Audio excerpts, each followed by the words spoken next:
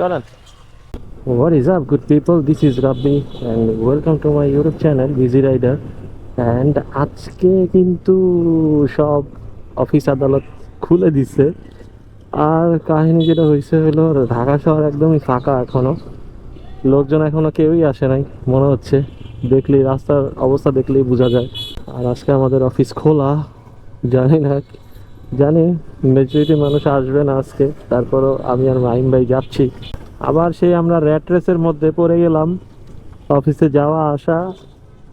যদিও ঈদে কোথাও যাওয়া হয় না ওইভাবে, কোরবানির ঈদটা আসলে পুরা একটা একটা পলকের মধ্যে চলে গেল, এক পলকে চলে গেল, বুঝছেন ভাই? কোরবানি ঈদটা পুরো একটা পলকে চলে গেল, কোরবানি ঈদ এক পলকে গেল গা। সেদিন একটু বেরোইছিলাম, বের হয়ে একটু বিরুলিয়ার দিকে গেছিলাম। বিরুলিয়া না, সরি, এই যে ইয়ের মধ্যে গেছিলাম, বেরিবাদে। তো এখানে গেছি যাব, ওই টাইমে আমার সামনের চাকার হাওয়া নাই। পরে হাওয়া দিতে গেলাম, তো হাওয়া দিতে গিয়ে সারপ্রাইজড হয়েছি। সেটা হইলো যে আমার সামনের টায়ারে হাওয়াই থাকে না। বলে যে ভাই 10 আছে, হাওয়ার ইয়ে নাকি 10 আছে। তো আমি চিন্তা করলাম 10 কেন থাকবে, কালকেও তো আমি বাইক চালাইলাম। পরে উনি হাওয়া দিল, যে হাওয়া দেয় চাকায়। তো হাওয়া দেওয়ার পরে কাহিনী যেটা হয়েছে, এখন আবার হাওয়া চলে গেছে। পরে উনি, ওই লোক বলতেছে যে আপনার জেল শুকায় গেছে, মানে টায়ারের মধ্যে যে জেল ছিল শুকায় গেছে। আসলে আমরা এই বিষয়টা নিয়ে কনফিউশনে থাকি যখন কোনো, বেসিক্যালি আমি, যে যদি কোনো প্রবলেম অ্যারাইজ হয় তখন চিন্তা করি যে দ্রুত প্রবলেম থেকে কিভাবে উঠবো বা কিভাবে এটা সর্ট আউট করে শেষ করব। তো ঈদের সময় একটা চুনা খাইলাম ছোটোখাটো, সেটা হচ্ছে 500 টাকার একটা চুনা। আর জেল ভরতে হইলো।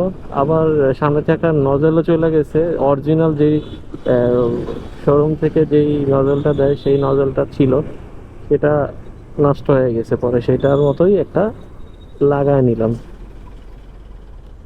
তো ওইটা লাগাইছিলাম 200 টাকা চাইছিল, 150 টাকা আর 350 টাকার দিয়ে জেল ভরে নিছি। মানে ও ভালোর তো আর শেষ নাই। আগে মনে হয় একটা ভরছিলাম, হাওয়া থাকতো না, এর জন্য 200 টাকা দিয়ে মনে হয় একটা নিছিলাম। আর এখন যেটা নিয়েছি 350 টাকা। দেখি এটা কয়দিন যায়, ওটা বছর খানিকের মতোই গেছে, খারাপ না একেবারে। তবে ঢাকা শহর যদি ফাঁকাও থাকে, আপনার ট্রাফিক নিয়ম, ট্রাফিক আইন মানতে হবে। আর ট্রাফিক আইন না মানলে অটোমেটিকলি মামলা হয়ে যাবে। আগের মতো এমন না যে যদি আপনি ট্রাফিক ট্রাফিক না মানেন, হ্যাঁ, হ্যাঁ, ট্রাফিক আইন মানেন ভাই, বুঝছেন, তাহলে অটো মামলা যাবে। আগে যে 5 টাকা বাড়াইছে তাহলে এটা এটা আগে আগেই করে। ও, আবার তেলেরও দাম বাড়ায় ফেলছে। হ্যাঁ, এখানে হাত দিয়ে আর কি ট্রাফিক আইন নিয়ন্ত্রণ করতেছে। তো তেলের দামও না 5 টাকা আবার বাড়ছে, 120 টাকা থেকে 140 টাকা। 140 টাকা এখন আবার আজকে জুন মাস, জুনের 1 তারিখ, এখন থেকে আবার 5 টাকা করে আরো বাড়ছে। টোটাল হচ্ছে 145 টাকা। দুইজনে সেম চালেই টানতেছি, 70-75।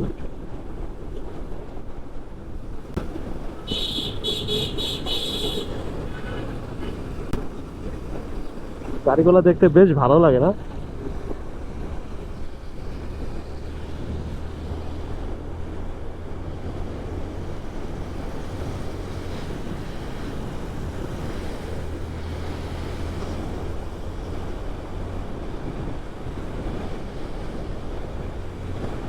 রাস্তা ফাঁকা হইলে চালায় মজা পাওয়া যায়।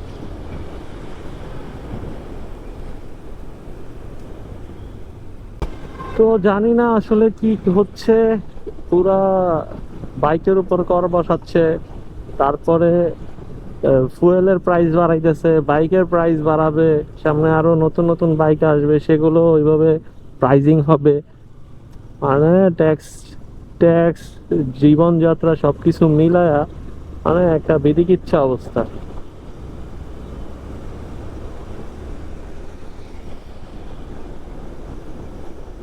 তো গাড়ির চাপ একদমই নাই, একদমই কম, কম পরিসরে গাড়ি ঘোড়া চলতেছে।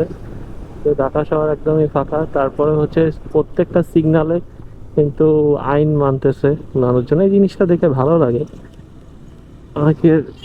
এই যে দেখেন এখানে, এখানে সিগন্যাল গ্রিন জ্বলে আছে, আমরা যাব। আর ওই পাশে দুইটা বাইক দাঁড়ায় আছে। এই জিনিসটা কিন্তু হইতো না যদি না এআই ক্যামেরা থাকতো, একদম মামলা ঠুকে দিবে। 11 সেকেন্ড পরে সে আসবে। ও ইয়েস,